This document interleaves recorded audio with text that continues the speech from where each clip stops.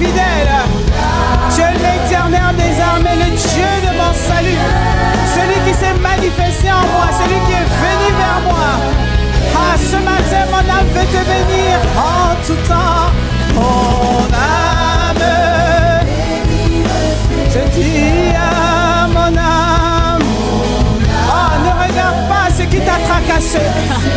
Ne regarde pas au combat auquel tu fais face. Mon âme, bénis le Seigneur. Bénis-le. Bénis-le, car il est le Dieu de ton salut. C'est lui seul qui est capable de te changer, de te transformer à travers sa parole, mon âme. Oh, mon âme, bénis le Seigneur. Le psalmiste pouvait dire, mon âme, bénis le Seigneur. N'oublie aucun de ses biens. N'oublie aucun de ses bienfaits. Mon âme, bénis-le. Mon âme, bénis-le. Ah. Mon âme, bénis-le. Je dis à mon âme, confesse ses bienfaits. Compte les bienfaits du Seigneur. Célèbre-les en ce jour. Je bénis ton nom, Seigneur. Je glorifie ton nom dans l'assemblée des fidèles. Tu es mon Seigneur. C'est toi qui ce matin m'as donné le souffle de vie, Seigneur. Je me suis couché hier soir. Me voici ce matin debout. Tes bontés et tes grâces sont renouvelées dans ma vie. Je bénis ton nom. Le Dieu de mon salut. Tu es mon rédempteur. Mon roi, mon Seigneur, mon âme. Confesse ses bienfaits. Confesse ses bienfaits. Célèbre-le. Oh, je bénirai ton nom en tout temps, Seigneur. Et ta louange sera toujours dans ma bouche. Mon âme bénit le Seigneur. Bénis le Seigneur. Mon âme bénis le Seigneur. Ta fidélité durera toujours. Ta fidélité durera toujours. Ta fidélité durera toujours. Ta fidélité durera toujours. Ta fidélité, ta fidélité, ta fidélité durera toujours. Ta fidélité, ta fidélité. Ah, c'est ce Dieu fidèle que je sais. Ta fidélité, ta fidélité, ta fidélité, ta fidélité, ta fidélité, durera tout. Ta fidélité, ta fidélité, ta fidélité, ta fidélité, ta fidélité, je confesse ta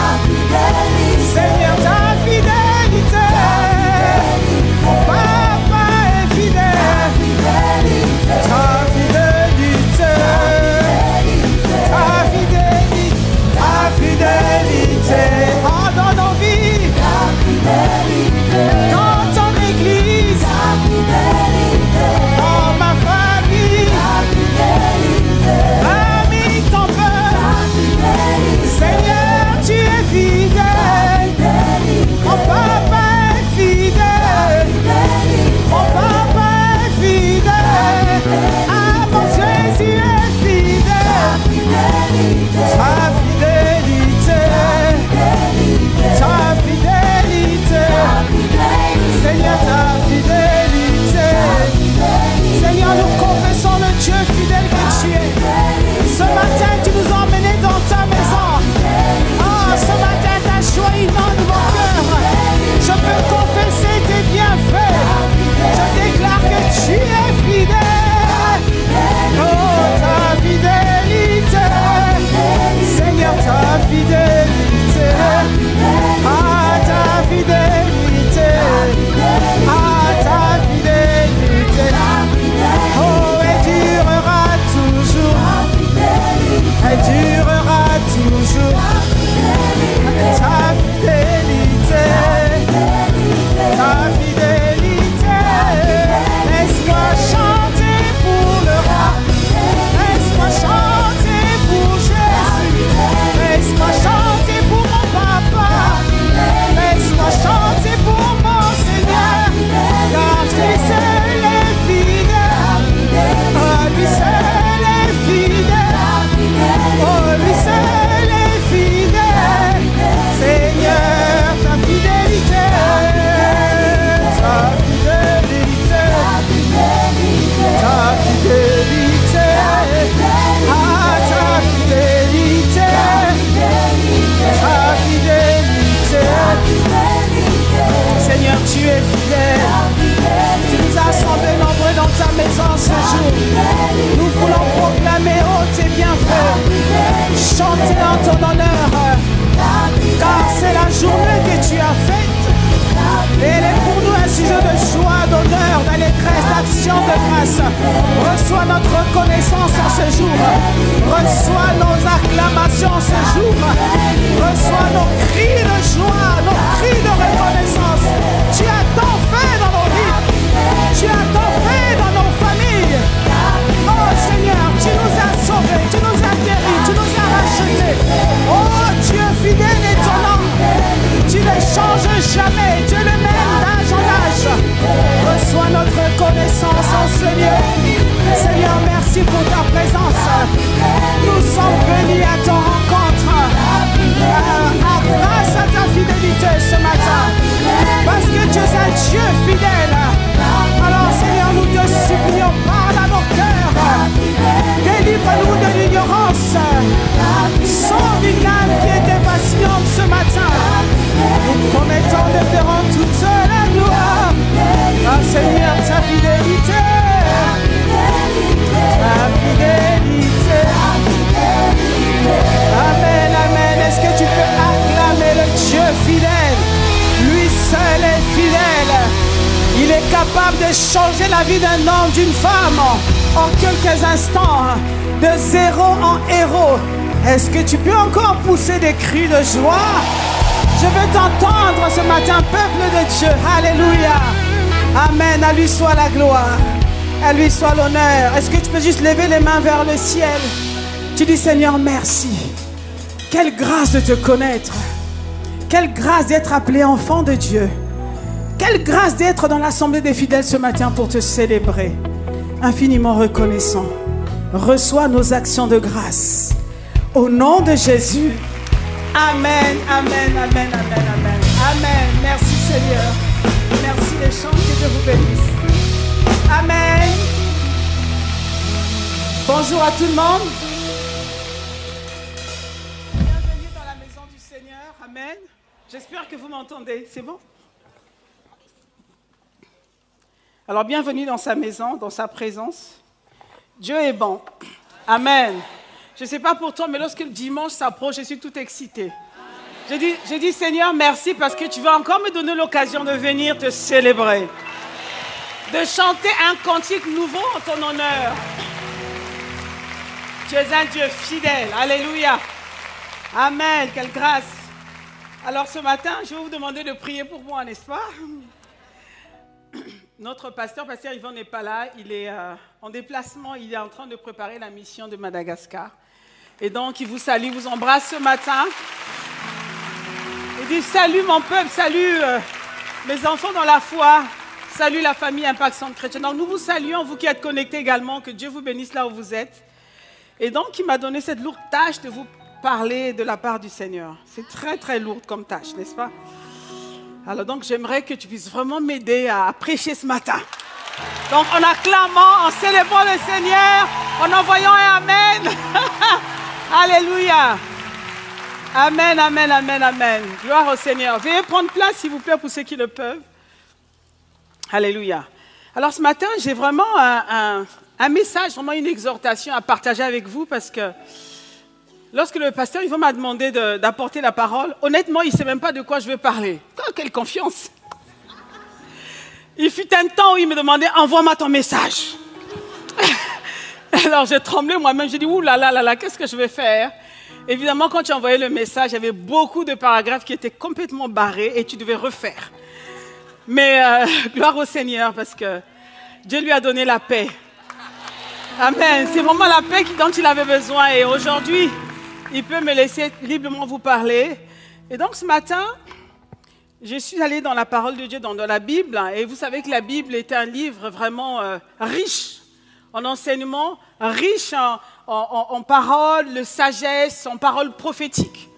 La Bible, c'est la parole de Dieu. Et vraiment, lorsque tu veux vivre une vie de victoire, une vie de triomphe, une vie choisie et non pas subie. Bien-aimé, va lire la parole.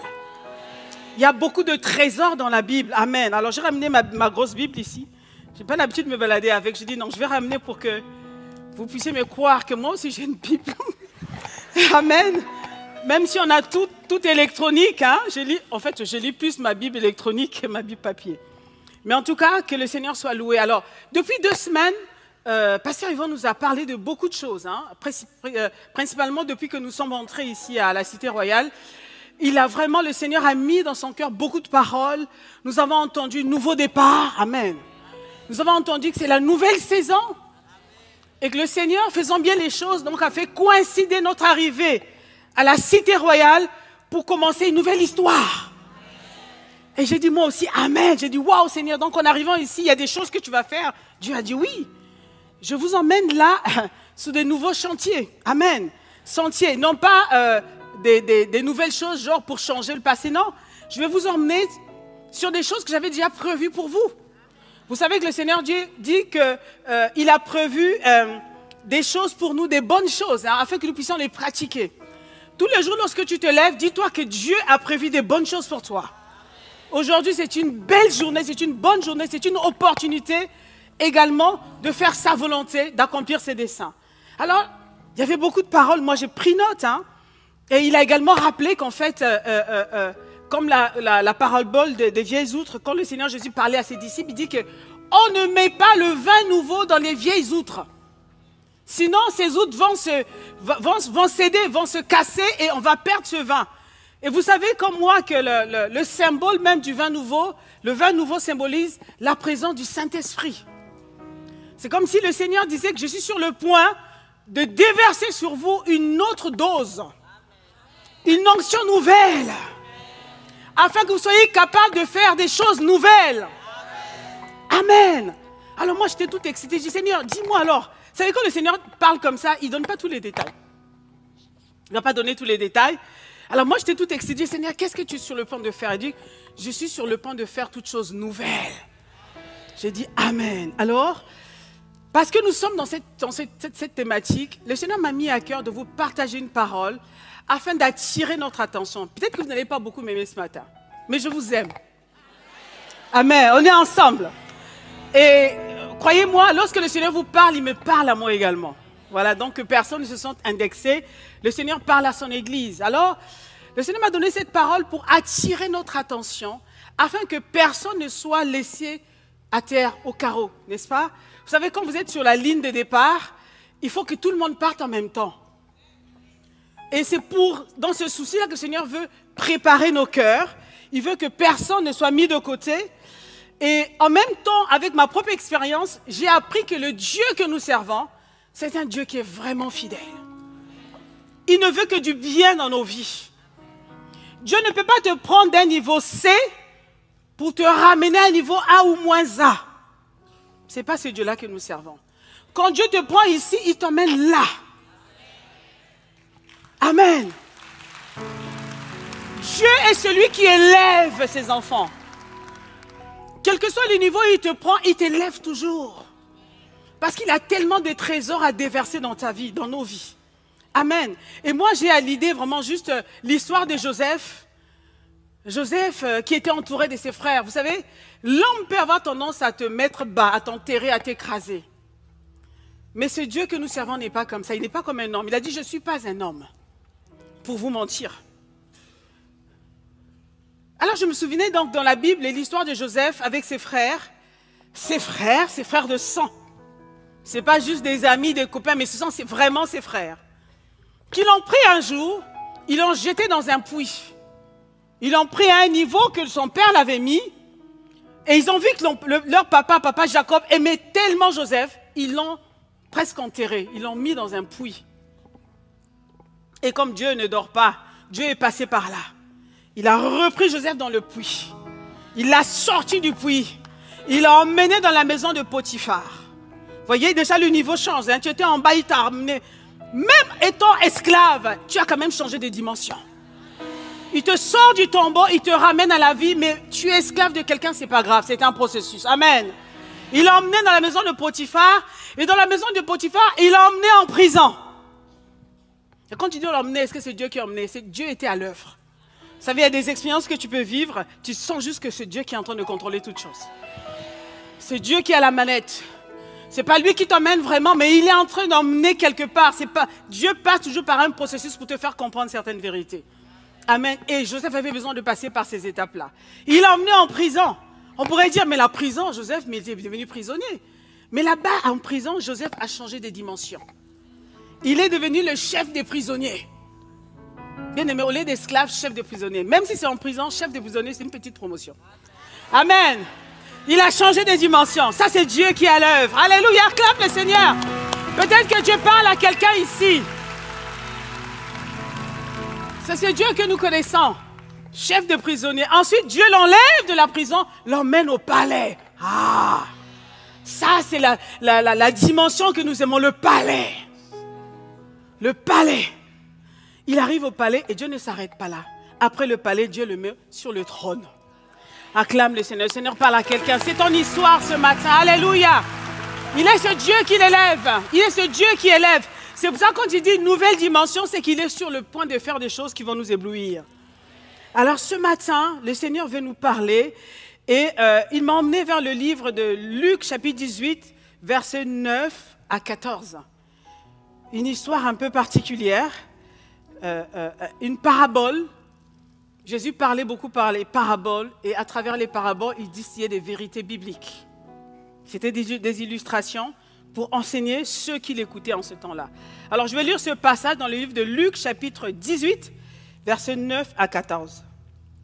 Alors, il dit encore cette parabole en vue de certaines personnes se persuadant qu'elles étaient justes et ne faisant aucun cas des autres. 2 hommes montèrent au temple pour prier.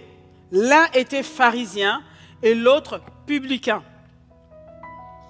Le pharisien, debout, priait ainsi en lui-même. « Ô Dieu, je te rends grâce de ce que je ne suis pas comme le reste des hommes qui sont ravisseurs, injustes, adultères ou même comme ce publicain. Je jeûne 2 fois la semaine, je donne ma dîme de tous mes revenus. » Au verset 13, le publicain se tenant à distance n'osait même pas lever les yeux au ciel. Mais il se frappait la poitrine en disant, « Ô Dieu, sois apaisé envers moi qui suis un pécheur. » Et au verset 14, le Seigneur Jésus dit, « Je vous le dis, celui-ci descendit dans sa maison justifié plutôt que l'autre.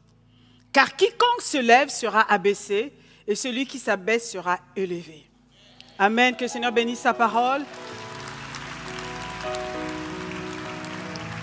Alors, le thème de mon message de ce matin s'intitule « Lorsque Dieu rencontre un cœur vrai ». Amen. Lorsque Dieu rencontre un cœur vrai. Qu'est-ce qui se passe? Je vous le dirai à la fin. nous allons comprendre ce qui se passe. Lorsque Dieu rencontre un cœur vrai, il y a des choses qui se passent. Dieu nous enseigne à travers sa parole, nous l'avons dit. Et la parole de Dieu est vraiment efficace pour corriger, pour nous ramener sur le droit chemin. Et la manière la plus répandue que Dieu utilise souvent pour nous parler, c'est à travers la Bible, à travers la parole. Et là, ce matin, Dieu nous parle à travers ce passage de 5 versets. Et 2 Timothée 3, versets 16 à 17 nous dit « Toute écriture est inspirée de Dieu et utile pour enseigner, pour convaincre, pour corriger, pour instruire dans la justice, afin que l'homme de Dieu soit accompli et propre à toute bonne œuvre. » Ce matin, le Seigneur veut instruire. Il veut corriger, il veut ramener sur le droit chemin. Il veut nous convaincre. Il veut simplement nous montrer quel chemin suivre. Alors, le Seigneur Jésus-Christ, à travers ce passage, met devant nous 2 hommes. Vous voyez, 2 hommes, 2 profils différents, 2 hommes ayant des positions différentes, mais 2 hommes ayant également des convictions différentes. Un pharisien et un publicain. Alors, c'est vrai que c'était très rare de voir les 2 à côté, hein, parce que les 2 ne s'aimaient pas trop. Hein. Les pharisiens n'aimaient pas les publicains. Et les publicains craignaient les pharisiens. Donc là, le Seigneur Jésus nous met 2 personnages côte à côte et il essaie de nous passer un message à travers ces personnages. Alors le premier, on le voit, il arrive dans le temple, il est debout, il s'appelle pharisien. Alors juste pour rappel, les pharisiens, c'était ce qu'on appelait à l'époque, donc au temps avant Jésus-Christ, je ne sais pas. En tout cas, Jésus, quand il est venu, il a trouvé que les pharisiens régnaient là. Et ce sont les gens qui l'ont beaucoup combattu, ils l'ont fatigué même. Les pharisiens, c'est ce qu'on appelait les docteurs de la loi. C'était les gens qui pensaient qu'ils avaient la science infuse, ils maîtrisaient les Écritures. Pour eux, c'est à eux que Dieu s'était révélé. Et donc, ils étaient comme des défenseurs de la loi de Moïse. C'était des hommes à l'apparence pieuse. Voilà. Quand tu voyais un pharisien, tu disais, celui-là, il va aller au ciel. Vu comment il marche, comment il parle, comment il se tient debout, il est forcément saint. C'est-à-dire que le pharisien, tu lui donnais le ciel par l'apparence. Vous voyez? Est-ce que vous avez déjà rencontré des gens comme ça? Hein? Tu vois la sœur marcher, tu dis, ah, elle est vraiment sainte. C'est très spirituelle.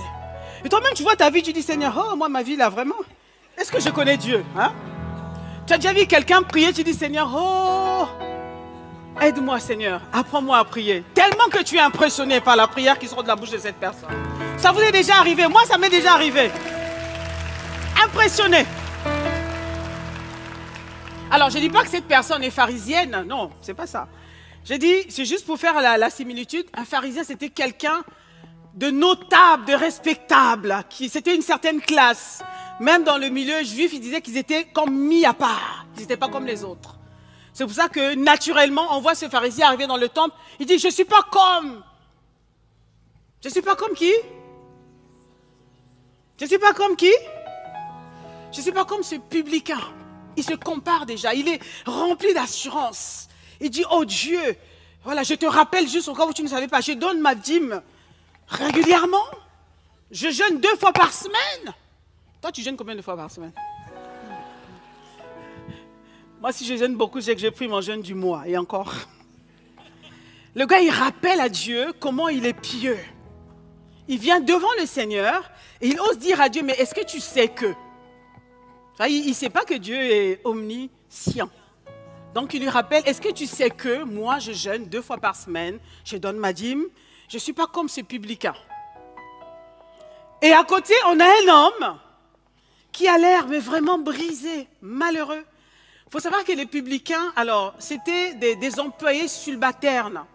C'était des hommes qui étaient appelés des collabos, qui travaillaient pour l'occupant. Au temps de Jésus, qui occupait Jérusalem? Qui occupait la Palestine au temps de Jésus? Qui? Les Romains. Jésus, il est né en occupation romaine. Les Romains occupaient la nation juive. Donc, et ces gens-là, les publicains, c'était des petites mains, des employés subalternes qui travaillaient pour les collecteurs d'impôts. C'est pour ça que lorsque vous avez écouté Zachée, lorsque Jésus est allé vers Zachée, on disait que Zachée, lui, il était chef des publicains. En fait, il était responsable. C'était un collecteur d'impôts, mais bien positionné. C'était un homme riche. Ce publicain, non seulement il n'était pas aimé par les Juifs, considéré comme traître, mais il n'était pas d'une famille favorisée. Il gagnait juste des miettes, mais il travaillait quand même pour l'occupant. Donc il arrive, il sait que je ne suis pas un vrai juif en fait, parce que je ne pratique pas vraiment la loi juive, parce que je travaille pour l'occupant.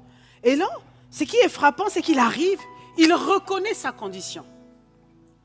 Il ne s'invente pas pour dire je suis juif, Dieu, moi aussi je suis juif, pourquoi tu ne t'occupes pas de moi? Non. Pourquoi les gens m'ont rejeté? Il ne vient pas avec les pourquoi, mais il vient avec une simple humilité.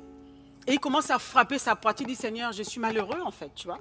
Je vais lire, j'aime bien la prière du publicain. Il dit, se tenant à distance, c'est-à-dire qu'il n'osait même pas venir devant l'autel en fait. Il dit que je ne suis pas digne. Il n'osait même pas lever les yeux au ciel. Donc il n'ose même pas, parce que lever les yeux au ciel, c'est genre regarder à Dieu. Il dit, oh, si je regarde, peut-être qu'il va me frapper. Tellement que je suis pécheur. Et tout ce qu'il se contentait de faire, c'est de frapper sa poitrine, comme dit, je suis malheureux. Je suis malheureux. Et il dit, oh Dieu, sois apaisé envers moi qui suis un pécheur. Voilà un homme qui reconnaît sa condition, qui vient devant le Seigneur et dit, aie compassion de moi. Un autre, il vient avec ses habits de prêtre, maîtrisant la parole, et il vient enseigner la parole à Dieu. Et voyez-vous, bien-aimés, quand on regarde ces deux histoires, on est frappé par quelque chose. Qu'est-ce qui différencie ces deux hommes? L'état de leur cœur. C'est l'état de leur cœur. La Bible dit que c'est de l'abondance du cœur que la bouche parle. Lorsque quelqu'un vient, commence à parler, alors que toi, tu l'as jugé par l'apparence, mais pour connaître cette personne, écoute ce qu'elle va dire. Lorsqu'on écoute les deux prières, on voit que, oh, il y a quelque chose qui ne va pas. Il y en a un qui a l'allure de quelqu'un de saint, mais en fait, en réalité, à l'intérieur, ce n'est pas ça. Et quand on entend parler, prier, le pharisien, cela montre qu'il a un mauvais cœur. Il a un cœur qui n'est pas vrai. Je rectifie, parce que mauvais cœur et un cœur pas vrai, des fois, ça peut faire la différence. Le cœur du pharisien n'est pas vrai. Il vient devant Dieu, non seulement il ose se montrer, mais en même temps, on voit que pendant qu'il est en train de prier, on voit l'orgueil dans le cœur qui sort. On voit le mépris. On voit la suffisance. Il veut enseigner Dieu. Le cœur n'est pas bon. Le cœur n'est pas vrai. Il y a un décalage entre son apparence et ce qui sort de sa bouche.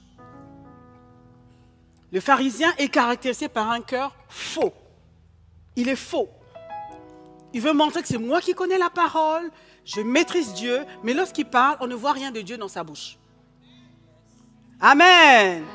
Est-ce que je parle à quelqu'un ce matin? Je suis enfant de Dieu, je suis baptisé, je suis né de nouveau. Mais lorsque j'ouvre la bouche, les gens disent, oh, c'est quoi ça? Il y a un décalage. Ça veut dire qu'il y a une fausseté quelque part. Il y a une fausseté. C'est un cœur faux.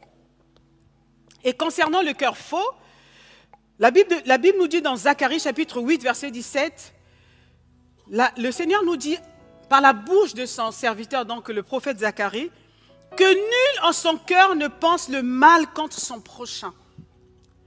N'aimez pas le faux serment, car ce sont là toutes les choses que Dieu hait.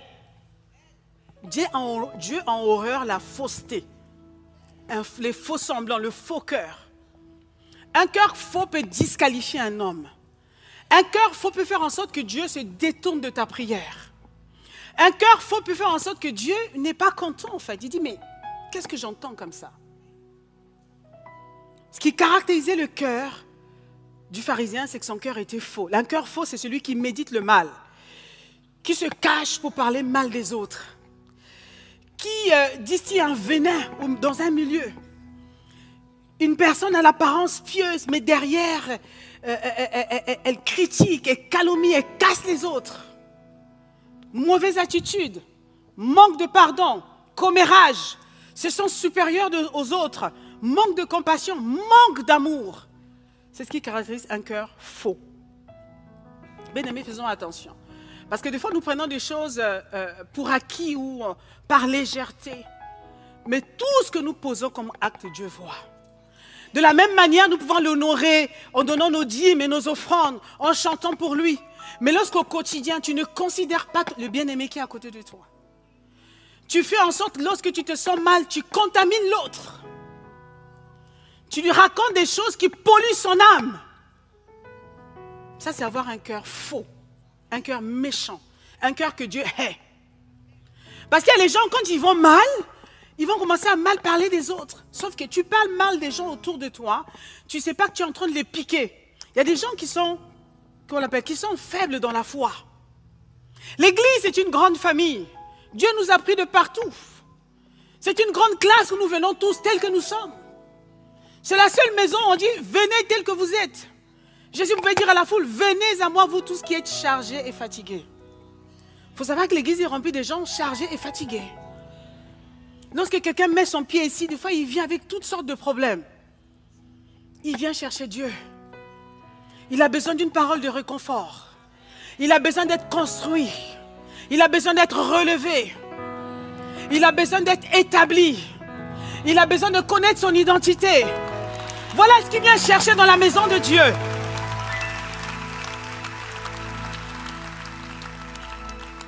Nous ne venons pas perdre notre temps dans la maison du Seigneur. Nous venons chercher Dieu. En tout cas, moi, quand je viens ici, je viens chercher Dieu. Je viens le chercher parce que je dis, Seigneur, je vais te trouver. On ne connaît jamais assez le Seigneur.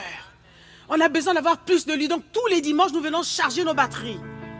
Alors, tu as à côté de toi quelqu'un qui vient, qui a eu des challenges dans la semaine, qui, avec le mari, ça ne va pas, avec les enfants, ça ne va pas, qui est vraiment affaibli, mais qui a envie de relever la tête devant le Seigneur. Et tu commences à lui distiller des paroles qui détruisent son âme. Alors, c'est Dieu qui l'a attiré dans sa maison. Hein? C'est la brebis du Seigneur. Quand Jésus dit, venez à moi, ça dit que c'est lui qui appelle, c'est lui qui attire, c'est lui qui fait converger dans sa maison tous ces hommes et ces femmes. Et toi, tu es là dans un département, tu commences à polluer. Hey, tu as vu telle sœur, elle est toujours comme ça. Tu vas voir. Elle aime toujours montrer qu'il y a toujours elle. Elle a l'impression que c'est toujours elle. Qu'est-ce qu'elle veut montrer? En parlant mal comme ça, quelqu'un qui est à côté, qui est venu chercher le réconfort, dit, oh, qu'est-ce qui se passe ici? Je pensais que c'était différent du monde, mais c'est la même chose que je viens de trouver ici. L'église et la maison, c'est un lieu de refuge. C'est un lieu où les gens viennent pour se requinquer.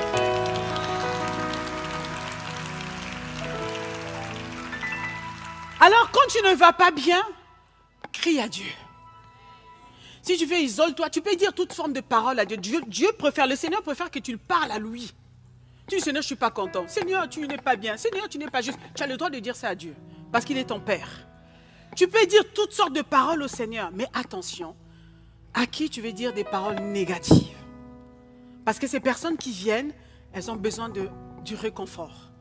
Donc il y a des gens comme ça là, pendant qu'ils sont très mal, très bas, ils polluent les autres. Le Seigneur dit non, ça c'est un cœur faux, un cœur méchant. Hein? La mentalité des syndicalistes, vous connaissez un peu ça, non? Lorsqu'on a une cause, là, on veut que tout le monde épouse notre cause. On est là. Tu as vu, non? Hein?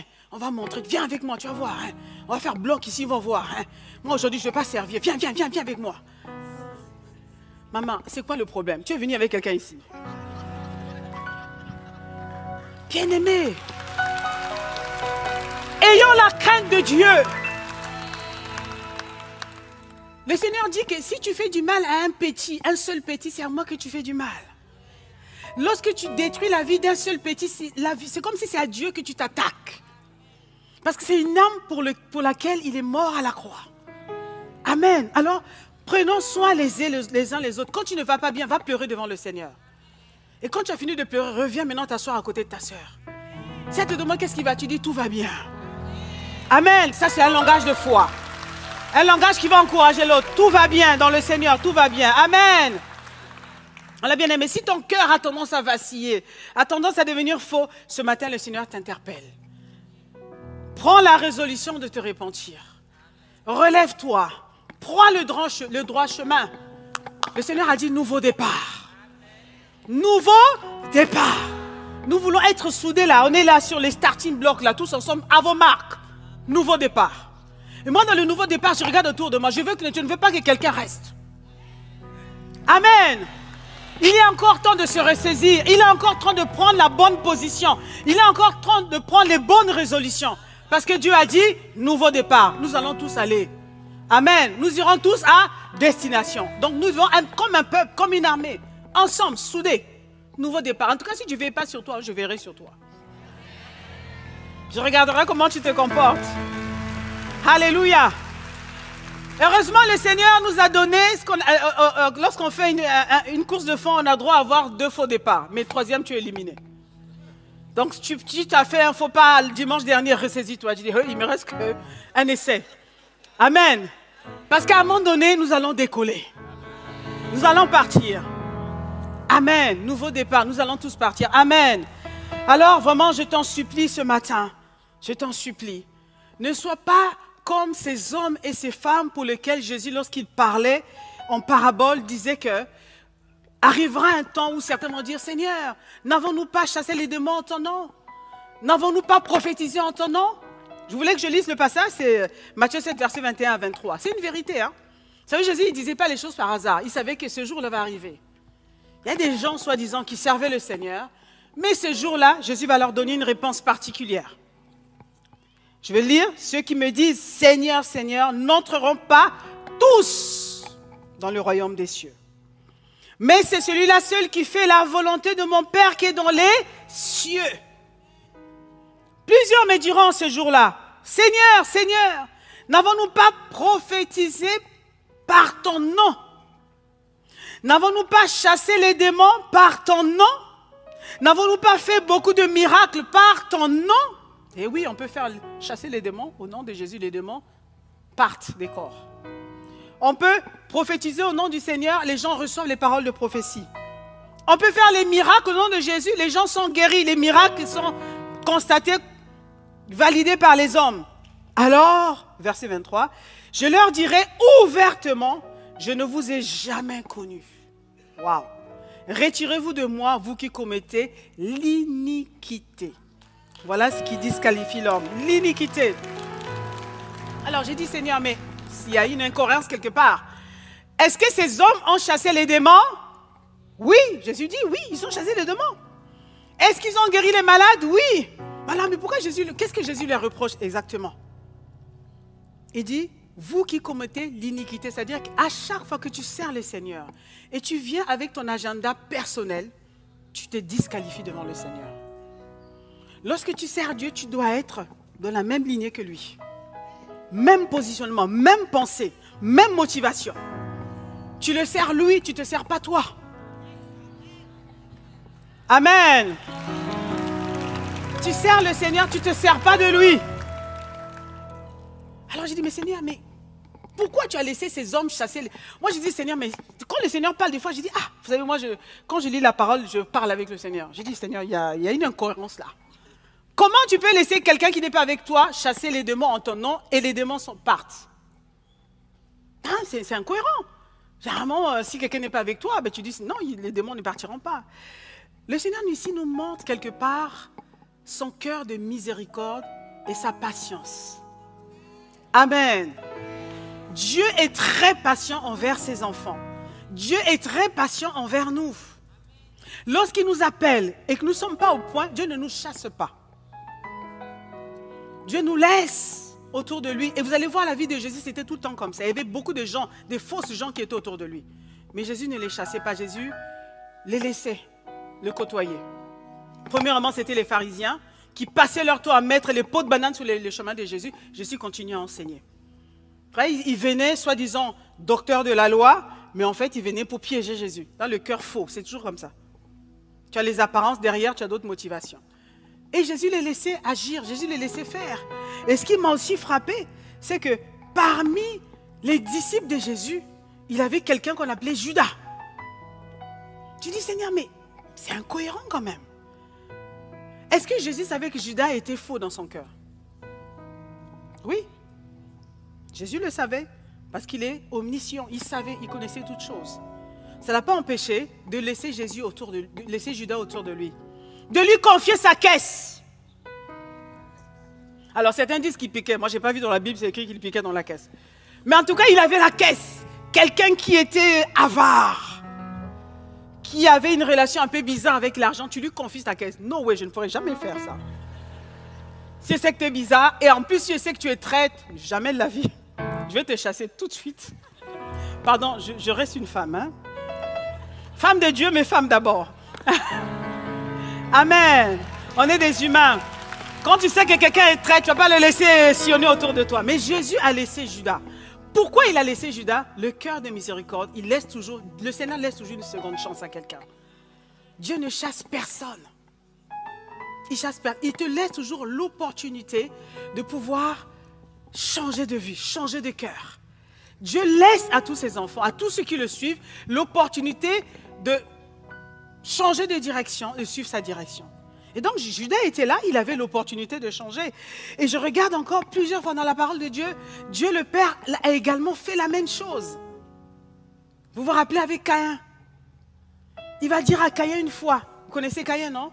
Le grand frère d'Abel. Voilà quelqu'un, alors peut-être qu'il avait un bon cœur avant, il se pourrait. Mais devant, vous savez, le cœur de l'homme sort devant les challenges de la vie, devant les difficultés. Lorsque des choses corsées arrivent, c'est là qu'on voit comment tu réagis réellement. Lorsque Dieu félicite son petit frère Abel, Caïn est pris de fureur, de jalousie, de colère dans son cœur. Alors le Seigneur va donc s'adresser à Caïn, il dit, Caïn, Caïn, le péché est couché à ta porte. Ah, je crois que le passage est, voilà, Genèse 4, verset 7. Certainement si tu agis bien, et il supplie Caïn, domine sur le péché. Ne fais pas ce que tu es en train de ruminer dans ton cœur de faire. Ça va te perdre, tu vas te noyer. Change. Le Seigneur interpelle Caïn. Il dit, change de direction, change de vie. Ton cœur est en train de sombrer. Prends la résolution de changer. Donc le Seigneur supplie Caïn. La suite de l'histoire, nous connaissons.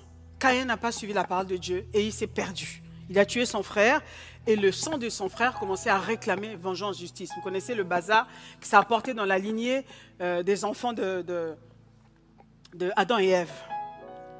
Amen. Donc Dieu, le Seigneur est patient, il va laisser. Par contre, il y a quelque chose de particulier que j'ai remarqué avec le Seigneur. C'est que lorsque ton cœur n'est pas droit, ton cœur est faux, le Seigneur va te recommander de faire des choses, mais il ne viendra jamais faire les choses à ta place. En fait, il veut que toi-même tu te rendes compte que la direction que je prends, ce n'est pas une bonne direction. Que tu puisses te ressaisir, te réajuster. Mais Dieu ne viendra jamais faire le réajustement à ta place. Amen. Pourquoi Dieu fait ça? Parce que Dieu est un investisseur. Le Seigneur ne veut pas planter sur une terre qui ne croit pas que ça pourrait produire du fruit. Dieu met sa semence sur une terre fertile. C'est pour ça que notre Dieu est en tout temps en train de regarder sur la terre. Je cherche un homme, je cherche une femme. Il y a une catégorie de personnes que Dieu cherche sur la terre. Et je prie que ça soit toi. Je prie que ça soit moi. Je prie que ça soit nous, bien-aimés. Alors qu'il a dit nouveau départ, je prie que nous soyons tous qualifiés. Amen. Être qualifié, c'est être qualifié d'être sur la ligne de départ. Ça, c'est la première qualification. Nous avons été justifiés par le sang de... Tu es qualifié, viens sur la ligne de départ. Jésus a déjà payé sa vie. Il a déjà versé son sang à la croix. Alors tu es qualifié. Donc la ligne est longue, nous sommes tous là. Mais le Seigneur va faire une chose de particulière. Quand tu es sur la ligne de départ, il va regarder l'état de ton cœur. Dieu ne va pas s'investir dans un cœur faux. Non. Il faut que la base de ton cœur soit quand même un cœur saint. Sanctifié, oui, mais un cœur dans lequel il peut s'investir. Amen. Ce que je vous dis, bien aimé, c'est la vérité. Alors, dans certains cas, on a vu, mais vous allez voir que moi, j'ai l'histoire comme ça de Saül, de Saul. Pas Saül, non, Saul de Tarse. Saul de Tarse était un personnage particulier, un personnage particulier. Saul de Tarse était un homme zélé, la Bible dit. Il défendait la cause de Dieu. C'était un justicier de Dieu. Il aimait la parole de Dieu, il défendait la loi de Moïse. Mais ce qui est particulier, il n'était pas comme les pharisiens. Saul de Tarse avait un cœur droit. Il était en accord avec ce qu'il disait et ce qu'il faisait. Les pharisiens, c'était le contraire. Ils disaient des choses, ils faisaient le contraire. Donc Saul de Tarse était vrai, mais vraiment vrai dans l'erreur, on va dire. Je ne sais pas comment si je me fais exprimer. Il était en accord avec ce qu'il faisait. Pour lui, il servait le Seigneur. Il était vrai, donc il était zélé. Il donnait toute sa force. Quand il a appris qu'il y a des gens qui ont ramené une nouvelle doctrine, il ne connaissait pas, il était dans l'ignorance. Quand il a appris qu'il y a des disciples de Jésus qui ont amené une doctrine, et lui, comme il n'était pas, il ne connaissait pas, il a dit, quoi? Je vais défendre l'Éternel des armées. Voilà comment il va prendre ses armes. Il a commencé à tuer les chrétiens, martyriser les chrétiens parce qu'il était OK dans ses bottes. Pour lui, il était en train de servir le Seigneur. Quand Dieu du haut des cieux voit Saul de Tarse sur la terre, il dit, cet homme est particulier. Il est vrai dans ce qu'il fait. Il a un cœur droit, il n'a pas un cœur faux. Ce qu'il dit, c'est ce qu'il fait. Cet homme m'intéresse. Il a dit, c'est le type de cœur que je veux. Il est vrai dans l'erreur, mais si je le prends, je m'investis en lui, il sera dans le vrai. Alléluia! Amen! Ça, c'est la nuance de la vie de Saul de Tarse et les pharisiens. Alors, vous connaissez l'histoire, le Seigneur va se révéler à Saul de Tarse. Jésus va se révéler à lui, et la suite de l'histoire, c'est qu'il devient un disciple zélé de Jésus. Dans les Écritures, vous n'allez pas voir un homme comme Paul.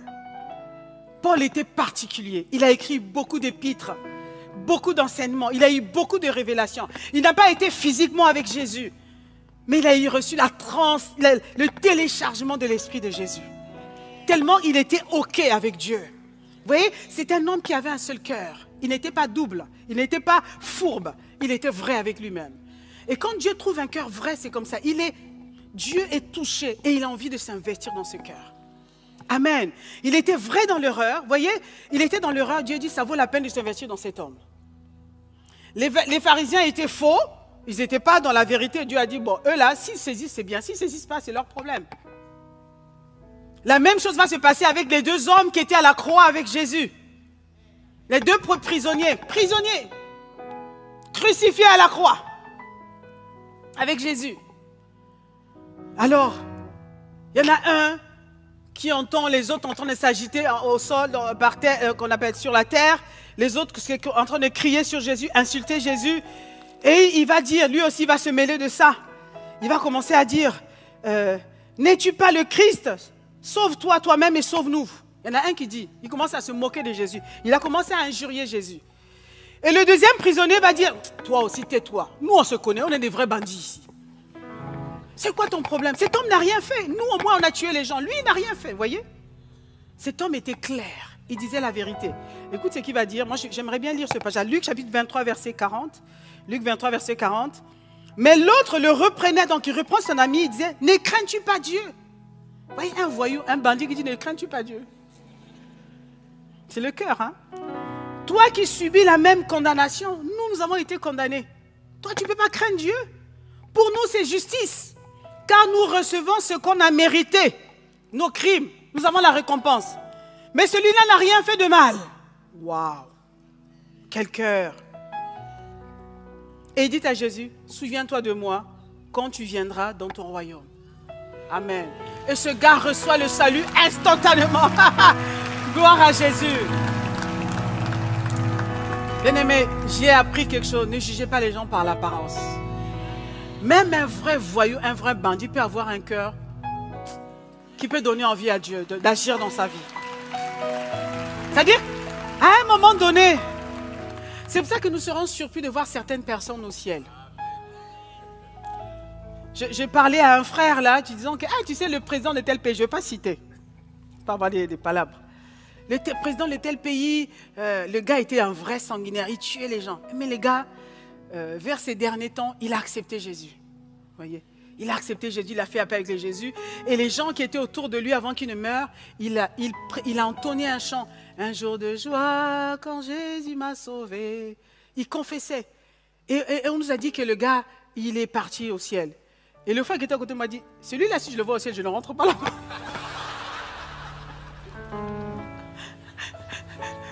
Pour dire qu'il y a des gens, franchement, comment à la dernière minute, quelqu'un qui a été odieux? Eh oui, quand ton cœur se réajuste, Dieu t'accepte.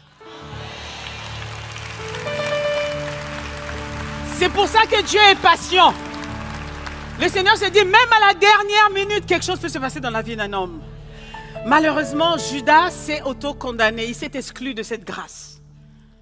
Si Judas, là, quand il était dans le jardin, quand il est venu jeter l'argent, il a commencé à avoir un remords. La prochaine étape, il fallait qu'il demande pardon à Dieu. Le Seigneur allait le pardonner. Malheureusement, il s'est pendu. C'est dommage. Donc, Dieu laisse à l'homme le libre arbitre. À un moment donné de ta vie, si tu sens que ton cœur est un peu tortueux, tu viens devant le Seigneur. Le Seigneur t'accepte. Le Seigneur peut s'investir en toi. Je peux déjà voir ce prisonnier-là, quand on ira là-bas à côté de Jésus. Il dit, Jésus, tu vois, j'étais à côté. C'est impressionnant quand même. Hein? Voilà, c'est là qu'on dit, notre Dieu est souverain. Les hommes diraient que ce n'est pas juste. Moi, j'ai marché dans la sanctification toute ma vie. Et comment lui, à la dernière minute, oui, Dieu est souverain. Il est souverain. Amen.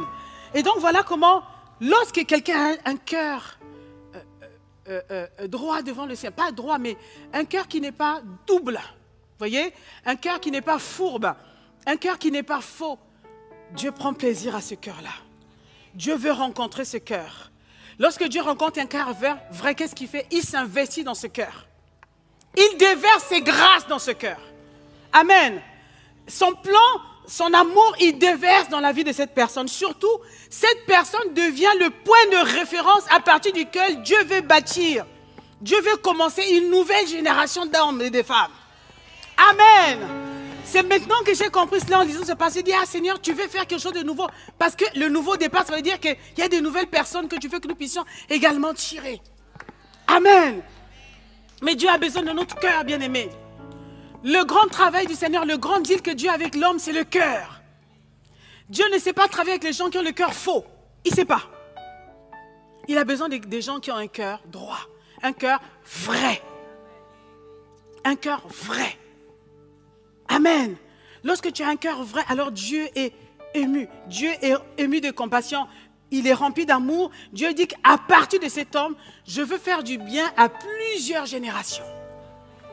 Amen.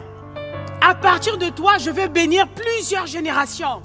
Parce que Dieu, lorsqu'il voit un cœur droit, un cœur vrai, il veut se multiplier dans ce cœur. Il veut que plusieurs personnes deviennent comme cette personne. Est-ce que ça vous dit quelque chose? Est-ce que vous me saisissez ce matin? Regardez la vie d'Abraham. Abraham était un idolâtre, un païen, un homme qui ne connaissait pas Dieu, qui vivait dans sa tradition. Dieu a regardé sur la terre, il a dit, cet homme a un cœur vrai. Dans l'idolâtrie, il était vrai. Alors qu'est-ce que Dieu fait? Dieu vient se révéler à Abraham.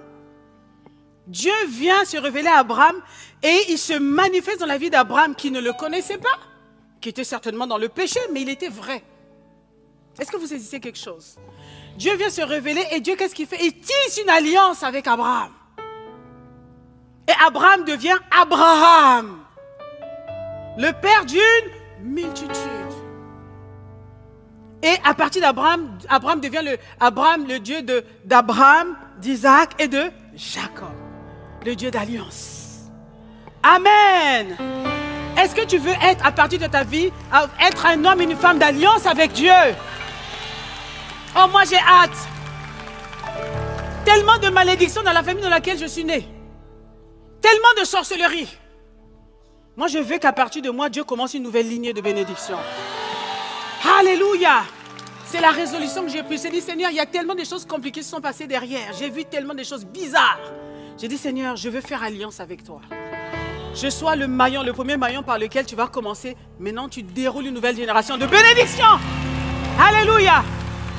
D'hommes et de femmes qui craignent le Seigneur. D'hommes et de femmes qui glorifient le nom de Jésus. D'hommes et de femmes qui lèvent les mains pures vers le ciel. D'hommes et de femmes qui deviennent des bénédictions sur la terre. Qui laissent des héritages aux générations futures. Amen.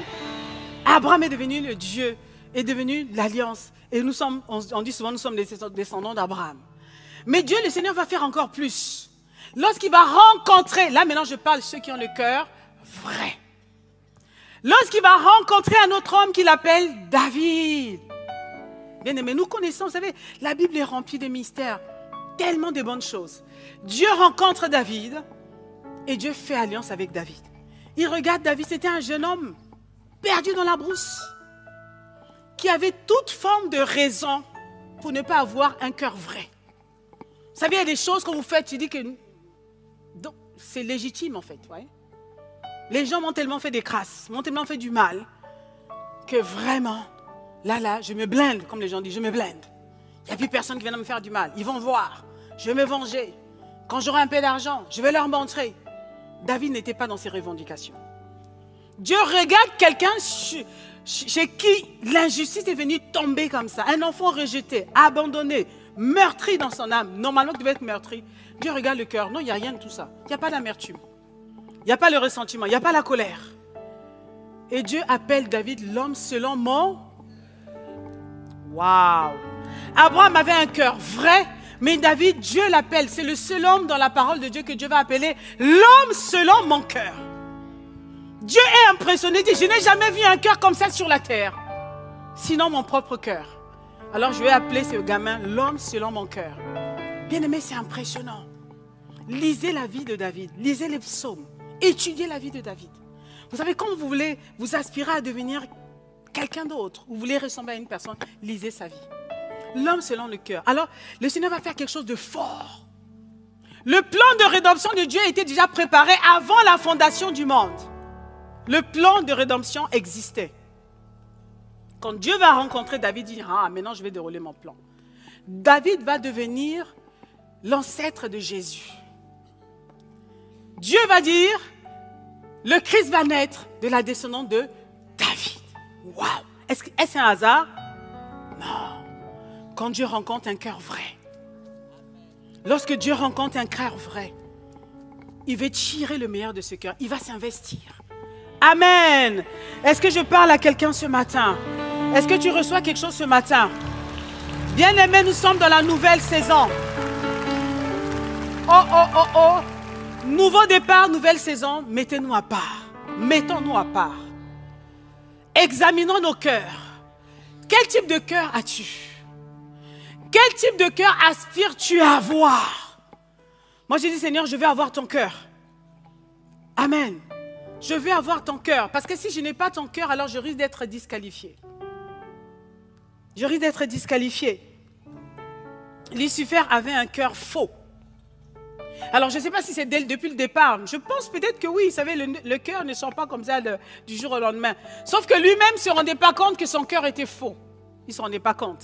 Parce qu'il était talentueux, il était brillant, fidèle à Dieu. Il servait le Seigneur. C'était un ange lumière, c'est-à-dire quelqu'un d'assez brillant. Et franchement, quand il adorait le Seigneur, c'était impressionnant. Et des fois dans la vie, le Seigneur va me permettre que tu puisses changer de dimension. Pour que toi-même, tu puisses voir le type de cœur que tu as. Quand tu changes de niveau, là, tu vas voir quel cœur j'ai.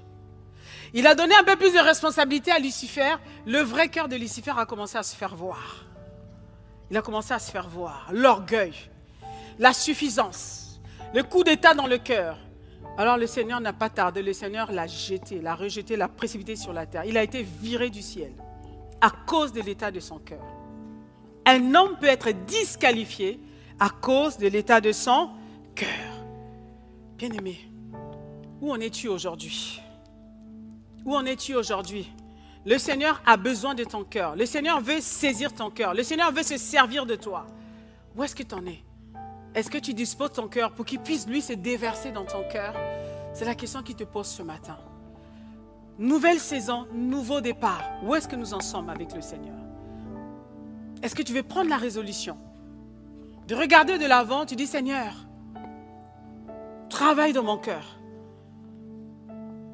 Travaille dans mon cœur. S'il y a encore des petites choses subtiles, il y a des petites choses comme ça subtiles dans le cœur qui divise, le cœur qui médite du mal, le cœur qui divise pour régner, pour mieux régner, alors viens devant le Seigneur. Dieu te donne une opportunité pour te repentir, pour changer de cœur.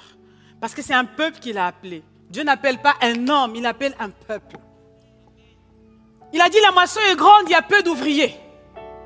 Dieu a besoin de toi et de moi. Il a besoin de tes bras, il a besoin de tes pieds, il a besoin de ta bouche, il a besoin de tes yeux. Dieu a besoin de relais sur la terre. Est-ce que tu veux te porter candidat? Amen, tu peux dire amen, tu as le droit. Moi j'ai dit amen. Alors, ne viens pas devant le Seigneur, devant lui comme le pharisien. Tu dis, Seigneur, j'ai besoin de ta grâce. Je n'y suis pas encore. Des fois je faillis, des fois je glisse. Seigneur, j'ai besoin de toi. Change mon cœur. Amen. Change mon cœur. Alors, je vais arriver à la dernière partie de mon message. Je disais, comment faire pour acquérir le cœur de Dieu? Comment faire pour acquérir le cœur de Dieu? Demande à Dieu son cœur dans la prière. Bien-aimé, ça se fait. Ça commence par là. Commence dans le lieu secret. Au lieu de demander des choses, Seigneur, sauve-moi, Seigneur, guéris-moi, Seigneur. Seigneur, j'ai besoin de ton cœur. Seigneur, je veux avoir ton cœur. Demande jusqu'à ce que tu vois la manifestation du cœur de Dieu dans ta vie. Le cœur de Dieu, c'est un cœur qui aime. Amen. Le cœur de Dieu, c'est un cœur qui pardonne. Le cœur de Dieu, c'est un cœur qui soutient. Le cœur de Dieu, c'est un cœur qui prie pour les autres. Le cœur de Dieu, c'est un cœur qui n'est pas rempli d'envie, qui ne soupçonne pas le mal. Dis, Seigneur, donne-moi ton cœur. J'ai besoin de ton cœur. Donne-moi ton cœur, Seigneur. Une fois que tu pries ainsi, le Seigneur va souvent t'emmener dans sa parole. Il va te dire une chose, imite ceux qui ont marché avec moi dans la droiture et qui ont manifesté un cœur vrai, un cœur pur. Imite ces hommes-là. Qu'est-ce que tu vas imiter en premier? Imite Jésus. Amen. C'est notre modèle parfait. Imite Jésus. Où est-ce que tu vas voir comment Jésus agissait? Va dans l'Écriture, va dans les évangiles. Imite Jésus. Tu peux lire la parole, tu seras fasciné de voir comment, devant des accusations, Jésus ne répondait pas. Ce n'est pas qu'il était bête, Jésus était ferme. Mais il ne fatiguait pas sa langue pour répondre aux futilités, pour répondre aux fausses accusations. Il n'allait jamais se justifier. Imite Jésus. Devant la trahison, qu'est-ce qu'il demandait Jésus? Il demandait pardon. Il dit, Seigneur, pardonne-leur. Ça là, c'est quand même dur, hein? Est-ce qu'on peut parler de cœur à cœur? Quelqu'un qui t'a trahi. Quelqu'un à qui tu as fait énormément de bien. Il vient te trahir. Te poignarder dans le dos. Des fois même te mettre à terre. Est-ce que tu es capable de fléchir les genoux? Tu dis, Seigneur, pardonne-le. C'est pas facile. Cœur à cœur, c'est pas facile. Si le premier jour, ce n'est pas le réflexe que tu as, ce n'est pas grave. Moi aussi, je me suis énervé. Moi aussi, j'ai dit, Seigneur, c'est quoi ça? C'est l'hypocrisie, ça. Est-ce possible de pardonner une personne pareille? Le premier jour, tu peux parler comme ça. Vas-y, parle. Ce qui compte, c'est comment tu vas dormir le soir après. Hein? Mais dans la journée, tu as le droit de parler. Tu peux crier. Tu peux pleurer. Mais à un moment donné, regarde à Jésus. Regarde à Jésus. Comment il a fait? Si Jésus ne nous avait pas pardonné, on ne serait pas ici. Si Jésus n'avait pas donné cette prière à la croix, je vous assure que l'œuvre de la rédemption n'allait pas se faire. Il fallait que le mot pardon soit lâché, sorte de sa bouche. Père, pardonne-leur, car ils ne savent pas ce qu'ils font. Jésus a excusé ton péché.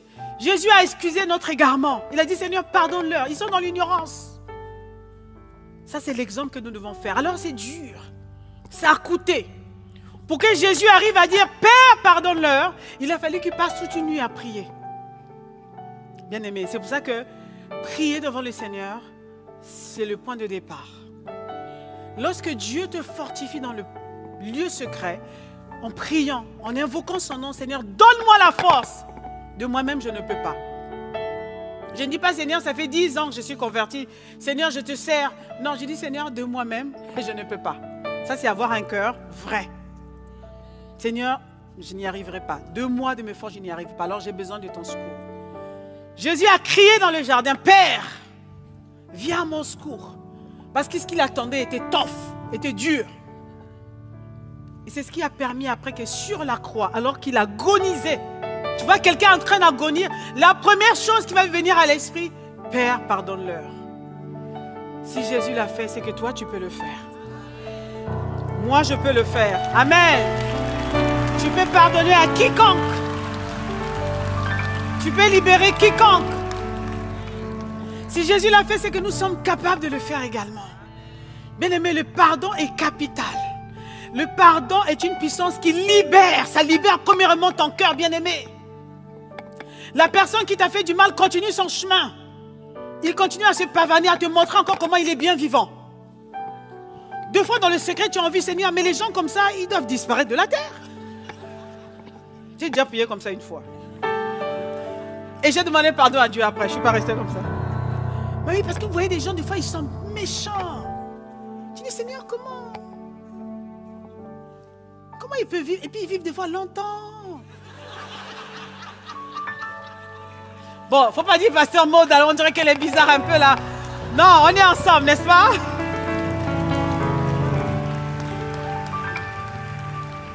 Je connaissais une mamie, elle était vraiment dans la sorcellerie, cette mamie-là, waouh. Elle a fait des dégâts, mais vraiment. Et tous les ans, on pensait qu'elle allait mourir. Mais vraiment tous les ans, quoi. Elle est arrivée jusqu'à 97 ans. J'ai dit, ah, Seigneur. Donc le jour où elle est morte, on n'a même pas... Parce qu'on disait quand elle est morte, on va chanter. On n'a même pas chanté, elle a tellement vécu. On a été découragés. Mais en fait, c'était l'ignorance, parce que quand un sorcier meurt, il ne part pas avec sa sorcellerie, il a déjà transmis à quelqu'un d'autre. Voilà, c'est l'ignorance qui fait ça. Donc les gens qui font du mal, les gens que vous connaissez bizarres, quoi. Mais quand vous les voyez, vous avez l'impression qu'ils prospèrent. Hein? Vous avez l'impression que les choses marchent pour eux. Je dis, mais c'est un gars comme ça, il faut le supprimer. Et après, tu dis, Seigneur, oh, c'est pas bien, c'est méchant, Seigneur, pardon. Pardon. Mais tu as déjà lâché le truc, tu vois. Tu dis, Seigneur, pardon. Oh, Seigneur, miséricorde. En fait, si tu ne pardonnes pas, c'est toi qui vas rester dans la souffrance. Parce que lui, il vit sa vie. Et comme Dieu est miséricordieux, Dieu lui donne toujours une chance pour se repentir. Donc, il peut vivre longtemps. Ce n'est pas lorsqu'il va dégringoler, il va se retrouver à terre, il va échouer, que toi, tu seras heureux. Non. Tu seras heureux quand tu auras pardonné. Quand tu auras libéré ton cœur. Quand tu auras ouvert ton cœur, dis Seigneur, je le relâche. Je pardonne. En fait, le pardon va te donner une nouvelle opportunité de rebondir à nouveau. Quand tu pardonnes, tu te sens léger, légère. Tu peux maintenant courir, tu peux monter les collines. Tu peux affronter les défis de la vie. C'est pour ça que Jésus a vraiment agonisant dit, Père, pardonne-leur. Pardonne-leur, car ils ne savent pas ce qu'ils font. Alors, quelqu'un t'a fait des choses méchantes, demande pardon. Quand tu vas demander pardon, ton cœur va être purifié par le sang de Jésus. Tu vois, le cœur qui commençait à bifurquer. Parce qu'il y a beaucoup de gens qui ont des raisons valables pour dire, voici l'état dans lequel mon cœur est à cause de cette personne. Moi, j'étais bien avant, cette personne m'a fait des crasses. J'étais bien avant, cette personne m'a trahi. J'étais bien avant, maintenant mon cœur est fermé. Mon cœur est dur. Je ne peux plus aimer. Je ne peux plus pardonner. Vous voyez, c'est comme si en fait, l'autre devenait la raison pour laquelle nous sommes tels que nous sommes. Non, Seigneur. Non, non, bien-aimé. Tu dois prendre la responsabilité de ta vie. Parce que chacun de nous va rendre compte devant le Seigneur. Quand tu viendras devant le Seigneur, tu ne diras pas c'est à cause de mon père, c'est à cause de ma mère. Non! Dieu nous a créés avec le libre arbitre et il nous a donné la force et le courage d'affronter les choses de la vie. Tu ne peux pas donner la responsabilité de ta vie à quelqu'un d'autre. Donc, lorsque tu sens que tu es étriqué, tu vas mal, Seigneur, je te demande pardon pour l'état dans lequel je suis, mais je pardonne également cette personne qui m'a fait du mal. Quand tu vas faire ça, tu vas être libéré. Tu vas voir que ton cœur va commencer à guérir petit à petit et tu vas revenir dans le droit chemin. Amen. Amen. Amen. Est-ce que je parle à quelqu'un ce matin?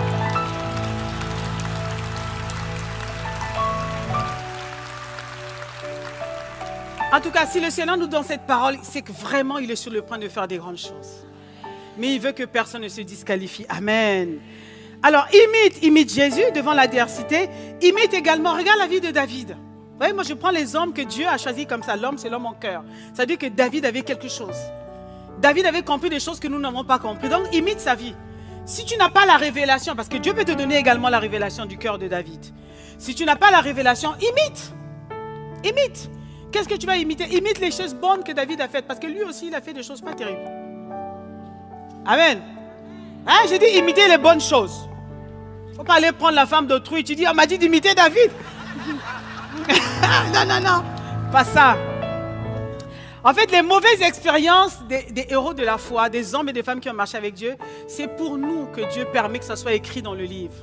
Afin que nous puissions faire attention et nous puissions pas faire la même chose. Hein, c'est pour nous interpeller et nous montrer le chemin. Tu as vu, l'autre a fait ça, il a fait ça. Qu'est-ce que tu dois imiter? Je vais imiter les bonnes choses. Amen. Donc, David imite les bonnes choses. Imite le moment où il s'isolait seul pour chercher Dieu. Imite le moment où, alors qu'il pouvait être dans la tristesse, il fabriquait des instruments pour adorer le Seigneur. Vous voyez? Il voulait donner une mélodie première à Dieu. David était toujours dans l'originalité. Quand il venait devant le Seigneur, il voulait toujours chanter un chant nouveau, un cantique nouveau. Il voulait toujours donner des meilleures choses à Dieu. C'est pour ça qu'il est devenu un musicien hors pair. Parce que les instruments qu'il créait, il fabriquait, c'était pour donner un certain type de son à Dieu. C'est pour ça que c'était un adorateur. Et les instruments qu'il fabriquait, c'était d'abord pour Dieu. Amen. C'était pas pour faire des concerts de musique pour les hommes. C'était d'abord pour Dieu. Et quand il amenait son instrument devant le Seigneur, qu'est-ce que Dieu faisait? Dieu venait oindre son instrument. Et l'instrument devenait extraordinaire. Et quand il retournait dans le palais de Saül, il arrivait là, il commençait à jouer, juste l'instrument chassait les démons. Vous voyez? Un instrument qui chasse les démons, c'est fort. Hein? Il joue juste, les démons quittent la vie de Saül. Parce que l'instrument était oint, l'instrument était consacré. David avait des secrets bien-aimés. Quand vous lisez son histoire, du waouh, quel enfant formidable. Imitez les prières, comment David priait, comment il se présentait devant le Seigneur. Imitez ce psaume 139, verset 23 à 24. Psaume 139, verset 23 à 24, il dit, ça c'est David qui prie, il dit, sonde-moi, ô Dieu, connais mon cœur, éprouve-moi et connais mes pensées. Waouh! Tu peux dire à Dieu, sonde-moi. Ça c'est des bonnes prières, ça. Constamment, il devait se tenir devant le Seigneur. Il ne se prenait pas pour un super spirituel. Il se disait que je suis faillible, je suis un homme. Mais ce qui me garde, c'est le regard de Dieu dans ma vie. Alors il venait devant le Seigneur. Sonde-moi, ô Dieu, connais mon cœur. Éprouve-moi et connais mes pensées. Regarde si je suis sur une mauvaise voie. Il donnait la permission à Dieu de regarder à sa vie. Et conduis-moi sur la voie de l'éternité. Seigneur, ne me laisse pas où je suis. Ne me laisse pas tel que je suis, Seigneur. J'ai besoin de toi. J'ai besoin d'aller loin avec toi. Tu as tracé un chemin devant moi. Alors, Seigneur, sonde mon cœur. S'il y a quelque chose de faux dans mon cœur, alors de faux dans mon cœur, Seigneur, montre-moi le droit chemin. Imite Barnabas. Qui connaît Barnabas? Si tu veux être élevé dans la vie, imite Barnabas. Nous voulons l'élévation, mais nous voulons... Seigneur, élève-moi. Hey, qu'est-ce que tu as fait? Pourquoi tu t'élèves? Imite Barnabas. Qui connaît Barnabas? Quelques personnes. Barnabas était en fait celui qui est devenu le 12e disciple qui a remplacé. Vous voyez, les disciples, lorsqu'ils se sont retrouvés seuls, lorsque Judas est mort, ils étaient 11. 12, c'est le chiffre du règne, en fait, hein, du gouvernement. Et donc, il fallait un 12e disciple. Eux-mêmes, ils ont choisi un homme qu'on appelle Matthias. La Bible nous dit. Et cet homme, vous allez voir que dans les Écritures, on ne parle pas beaucoup de lui. C'était le choix des disciples. Mais un jour, un autre homme, vous savez, il y avait les disciples, il y avait les hommes qui étaient autour des disciples, qui étaient également eux-mêmes, ils se disaient disciples de Jésus également, parce qu'ils suivaient Jésus, mais ils suivaient les 12 apôtres. Alors un jour, un homme, Barnabas, va prier le Seigneur dans le lieu secret. Il aimait le Seigneur. Je ne sais pas quel type de prière il a fait à Dieu. Je n'étais pas là, la Bible ne nous le dit pas. Mais en tout cas, en sortant de ce lieu de prière, il a eu la résolution d'aller vendre un champ qu'il avait. Et de prendre le fruit de ce champ, l'argent qu'il avait touché de ce champ, il est venu déposer ça aux pieds des apôtres. Il fait une offrande à Dieu et il remet ça aux apôtres. Et les apôtres sont touchés. C'est surtout pas les apôtres, c'est Dieu qui est touché du haut des cieux. Le Seigneur dit, mais cet homme a un cœur bon. Et voilà comment il devient le 12e disciple. C'est-à-dire que Matthias, il ne portait pas beaucoup de fruits, c'était le choix des hommes. Mais Dieu met à cœur aux disciples de choisir Barnabas. Et on va entendre souvent maintenant, là vous allez entendre dans les Écritures, Paul et Barnabas, voilà. C'est un homme qui a vraiment impacté. Il est devenu également, lui, disciple de Jésus. Il a commencé à impacter le monde. Il a commencé à voyer, évangéliser. Et ce jour-là, la Bible dit qu'alors que Barnabas emmène son offrande devant l'autel, devant les disciples, il y avait un couple qui était là. La femme s'appelait Anania et Saphira. C'était un couple qui était là aussi. Et il voit comment les disciples rendent grâce à Dieu, les gens célèbrent vraiment cet homme qui a un cœur bon, qui a fait une grande chose dans la maison de Dieu. Il regarde et aussi il dit, mais nous aussi on a un champ. Mais nous aussi on va aller vendre notre champ. Et les voici qui partent. Au lieu d'imiter l'esprit de cet acte qui a été posé, ils vont se comporter comme des pharisiens. Ils vont eux aussi vendre le champ. Ils vont diviser la moitié du prix. Ils vont garder un peu d'argent. Ils vont venir devant les disciples. Ils ont dit, voici, on a vendu nous aussi un champ. Voilà l'argent du champ. Ils s'attendaient à être élevés. Et Pierre va lui demander, mais est-ce tout ce que vous avez eu du fruit de la vente? Il dit, oui, c'est tout ce qu'on a eu. On a amené tout. Et il ne savait pas que ses disciples étaient loin du Saint-Esprit. Ils avaient déjà reçu le baptême du Saint-Esprit. Il est difficile de mentir au Saint-Esprit. C'est là que les apôtres reçoivent la révélation qu'ils ont menti. Ils ont dit, mais comment venez-vous mentir? Pas à nous, mais au Saint-Esprit. Vous voyez comment le Saint-Esprit est en train d'agir au milieu de nous. Les miracles, les prodiges, les guérisons. Vous venez mentir là où l'Esprit de Dieu est. Et la Bible dit que les deux, les apôtres ne les ont pas tués, ils sont morts. Voilà comment ils ont été disqualifiés. Personne n'a mis la main sur eux. On n'a pas imposé la main sur eux. Ils sont morts eux-mêmes. D'abord la femme, puis l'homme. Ils sont morts tous les deux. Voilà, donc ça c'est quand on a un cœur faux, on peut attirer un jugement sur soi. Mais imite Barnabas qui avait un cœur vrai, authentique, qui vient donner l'offrande devant le Seigneur. Dis, Seigneur, je te donne tout ce que j'ai. Alors bien-aimé, dans cette nouvelle dimension, est-ce que tu veux acquérir le cœur de Dieu? Amen. Alors est-ce que tu peux te tenir devant debout, s'il te plaît, avec moi. On va prier. Nous avons besoin. Lorsque Dieu rencontre un cœur vrai, il te prend comme un point de référence. Il écrit une nouvelle histoire avec toi. Il veut que tu puisses être le point de départ pour perpétrer une bénédiction générationnelle.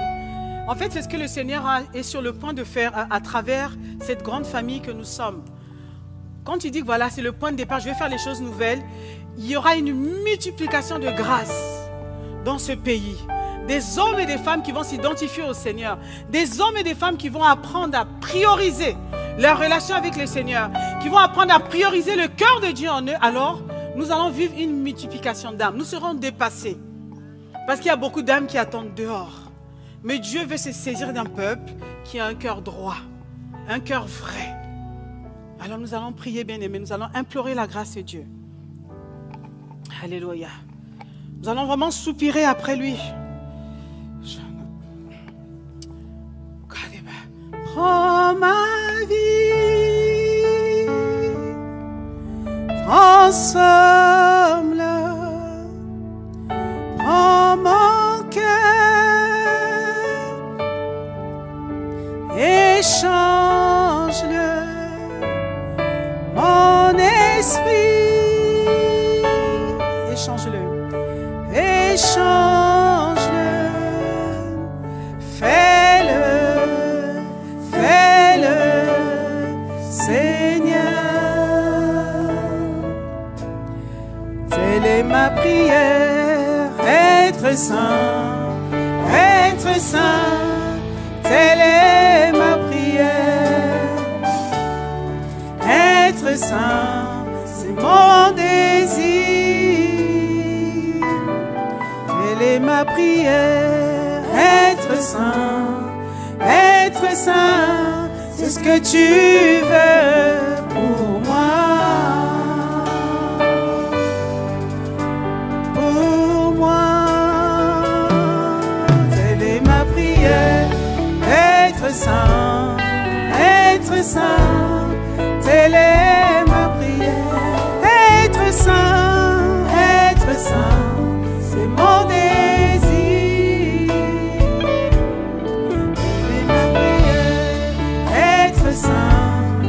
Être saint, c'est ce que tu veux pour moi.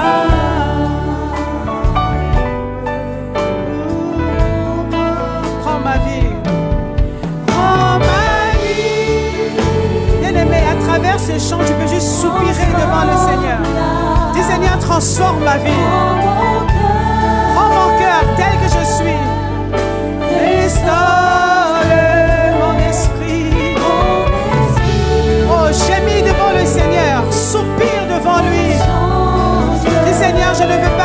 tel que je suis.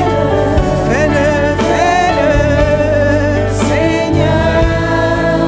Oh ma vie, oh ma vie. Transforme, Seigneur, transforme ma vie. Oh mon cœur, oh mon cœur, oh mon cœur. Restaure mon cœur. Oh, nous crions à toi, Seigneur, ce matin. Ne nous laisse pas tels que nous sommes. Nous avons tellement besoin de toi, Seigneur. Regarde nos cœurs.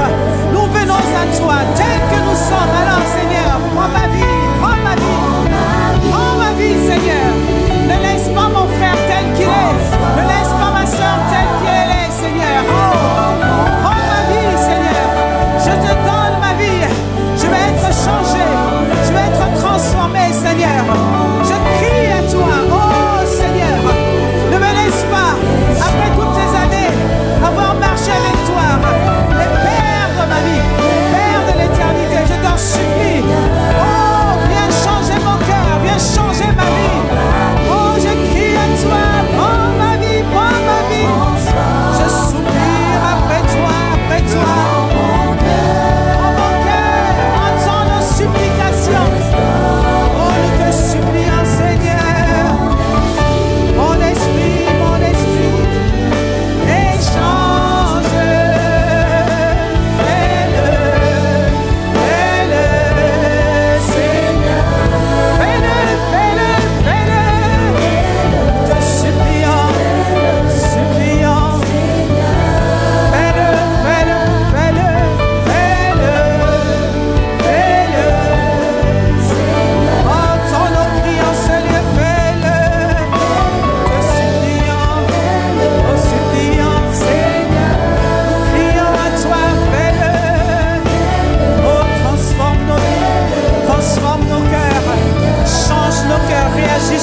Réagisse nos cœurs, Seigneur. Nous te supplions. Ah, ce n'est pas en vain que tu as envoyé ta parole. Change notre système de pensée. Change notre système de pensée. Nous te supplions. Aligne nos pensées vers tes pensées à toi, Seigneur. Nous te supplions. Fais-le. Fais-le. Fais-le, fais-le, fais-le, fais-le. Ah, Seigneur, fais-le. Ton église, laisse personne, ne laisse personne telle qu'elle est là, ne laisse personne telle qu'elle est bénie. Fais ce travail de transformation, de changement. Nous te supplions, nous te supplions. Fais-le, fais-le, fais-le, fais-le, fais-le. Oh, nous te supplions, fais-le. Oh, nous crions à toi. Oh, tendre Père, fais-le, Seigneur. Oh, nous ne voulons pas louper, Seigneur, le bateau. Nous ne voulons pas louper la barque. Nous ne voulons pas louper, Seigneur, ce départ. Fais-le, fais-le, fais-le, fais-le, fais-le, fais-le dans ma vie, fais-le. Te supplions, nous te prions. Fais-le, fais-le, fais-le, fais-le. Te supplions, nous te prions. Oh Seigneur, fais-le, fais-le, fais-le. Nous te supplions, nous te prions. Oh, fais-le, Seigneur. Ne laisse personne telle qu'elle est là, Seigneur. Fais ce travail de transformation, ce travail de changement. Aligne-nous vers ta volonté. Nous te supplions, Seigneur. Change nos cœurs. Purifie nos cœurs. Par le sang précieux de Jésus qui a coulé à la croix. Purifie, purifie nos cœurs. Oh, nous te supplions. Fais-le, fais-le, Seigneur. Seigneur, entends nos supplications ce matin. Il y a un homme dans ce lieu qui a besoin de connecter avec toi. Il y a un cœur qui a été meurtri, blessé par les vicissitudes de la vie. Un cœur qui a été trahi, mais qui est resté fermé. Seigneur, libère ce cœur, Père, ce matin. Fais un travail de restauration, de transformation. Guéris un cœur brisé en Seigneur. Tu es venu, Seigneur, libérer les cœurs brisés, guérir les cœurs brisés, libérer les captifs. Alors, Seigneur, nous te supplions. Fais-le par la puissance de ton esprit qui agit en nous, qui est présent dans ce lieu, Seigneur. Délivre un homme qui était encore dans l'esclavage du péché. Brise les chaînes de quelqu'un. Brise les chaînes d'un homme ou d'une femme qui était encore enchaîné dans le manque de pardon, dans la colère, dans le ressentiment, dans la déception. Ah, Seigneur, restaure une âme qui était perdue.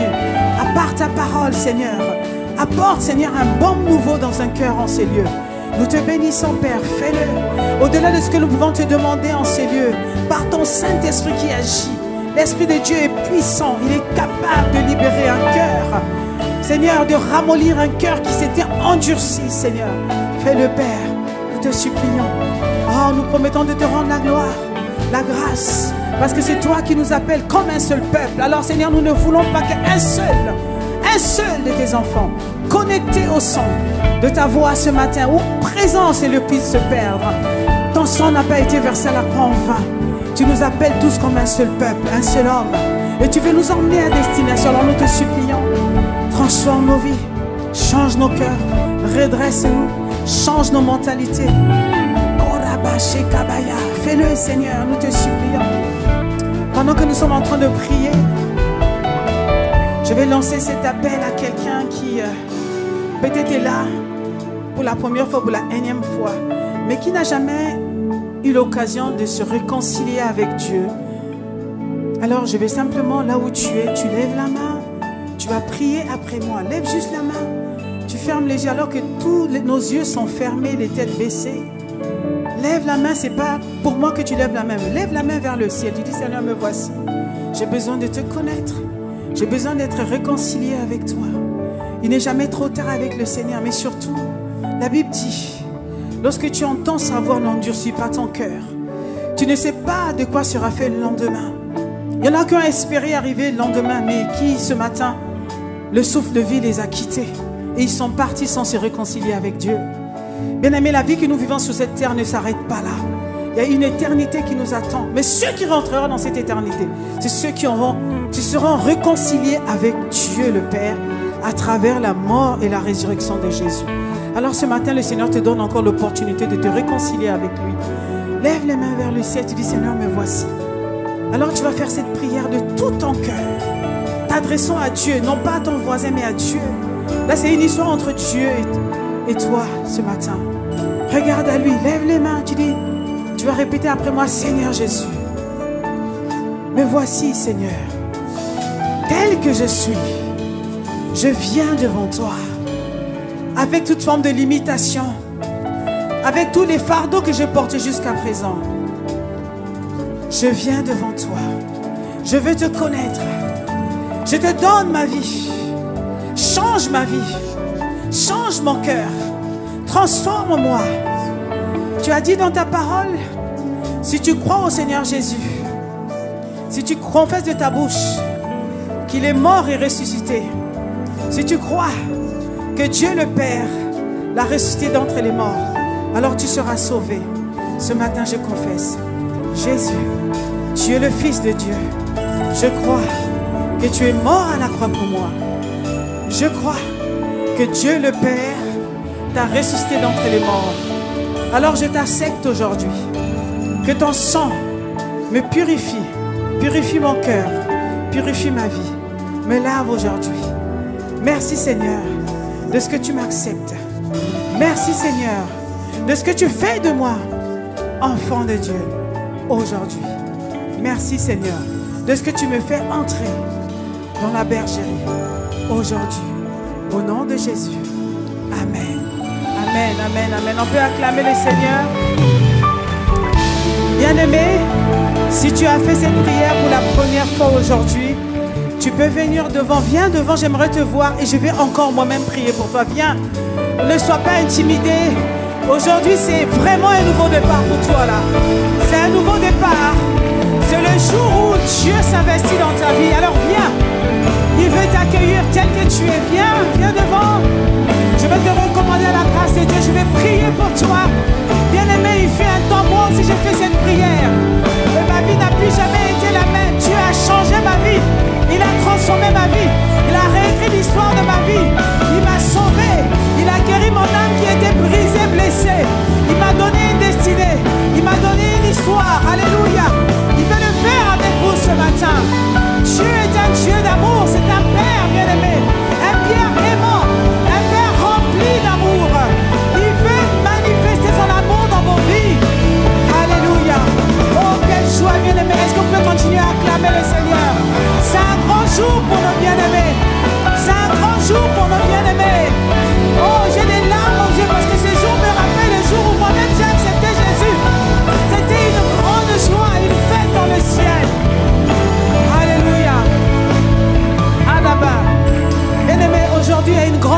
dans le ciel. À cause de toi, de toi, de toi, de toi, de toi, de toi. Vous êtes entrés dans le ciel, oui. Dieu le Père fait une grande fête dans le ciel. Et sachez qu'il vous aime de tout son cœur. À partir d'aujourd'hui, alors que vous l'avez accepté, il est concerné par votre vie. Désormais, vos combats sont devenus ses combats. Et il va entrer dans votre vie. Il est entré. Quiconque vous combattra devra faire face à Dieu. Amen. Dieu va le combattre, bien-aimé. Vous lui appartenez. Alléluia. Parce que le sang de Jésus est venu vous libérer. Alors, je vais simplement prier pour vous. J'aimerais tellement vous embrasser, mais là, la chair est tellement haute. J'aimerais vous faire des câlins. Parce que c'est un jour de joie, un jour de fête. Alléluia. Même si certains d'entre vous pleurez, mais sachez que dans le ciel, il y a une grande fête. Et assurément, vos vies ne seront plus jamais les mêmes. Notez ce jour dans votre calepin. Dieu va transformer vos vies. Il va changer radicalement vos vies. Alléluia. Alors je vais prier pour vous. Seigneur, merci pour mes bien-aimés qui sont venus devant. Quelle joie dans le ciel. Je vais simplement les recommander à ta grâce. Père, bénis-les, Seigneur. Fais-leur du bien. Déverse ta grâce dans leur vie. Accorde la grâce de te connaître davantage, de grandir dans la connaissance de ta parole, d'aller de l'avant avec toi, Seigneur. C'est toi qui as la feuille de route pour leur vie. Alors, Seigneur, déroule-leur cette feuille de route. Montre-leur le chemin qu'ils doivent suivre. Merci, Seigneur, parce que désormais, tu as le regard sur chacune de leurs vies. Merci parce que tu les prends dans tes bras d'amour et tu les gardes dans le creux de ta main. Seigneur, merci à toi la gloire. Je les bénis, Père, ils sont bénis. Au nom de Jésus. Amen. Amen, amen, amen. Vous êtes bénis. Waouh! Vous avez bien fait de venir aujourd'hui dans la maison de Dieu. Que le Seigneur vous bénisse.